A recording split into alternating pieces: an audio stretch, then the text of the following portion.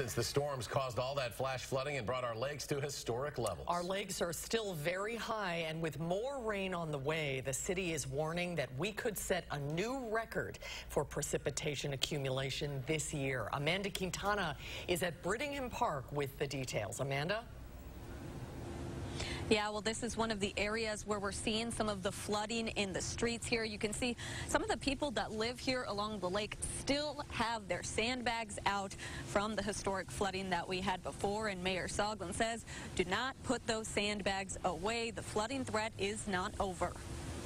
The water was always 2 or 3 feet lower than it is right now. When David Molenhoff bought his home along Lake Monona 48 years ago, he never thought flooding would be an issue until this August. For all 48 of those years, we were absolutely dry in our basement.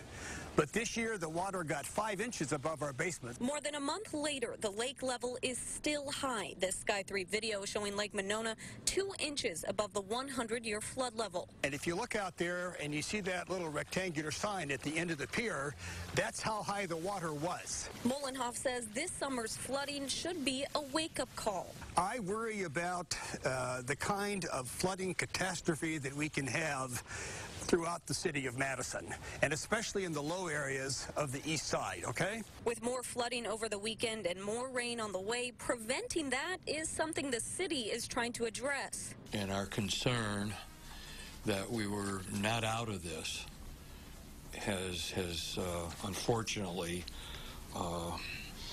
been realized. Mayor Paul Soglin is asking for an engineering team supported by Madison and Dane County to look at what can be done to control the lake levels. Given the present engineering, can the lakes be kept at a lower level? Molenhoff anxious to know that answer too. The kind of circumstances that we all experienced in August is probably the new normal. The City Council will be introduced to that resolution to create that engineering team at their next meeting. Now, Dane County has already approved to support that team. Another thing that Mayor Soglin mentioned, be sure to keep the fall leaves out of the storm drains. That can really help prevent some of this flooding as well. All right, Amanda Quintana live at Brittingham Park. Amanda, thank you. Another thing that could slow down some of this flooding is if the rain would stop for a while. Let's get a look at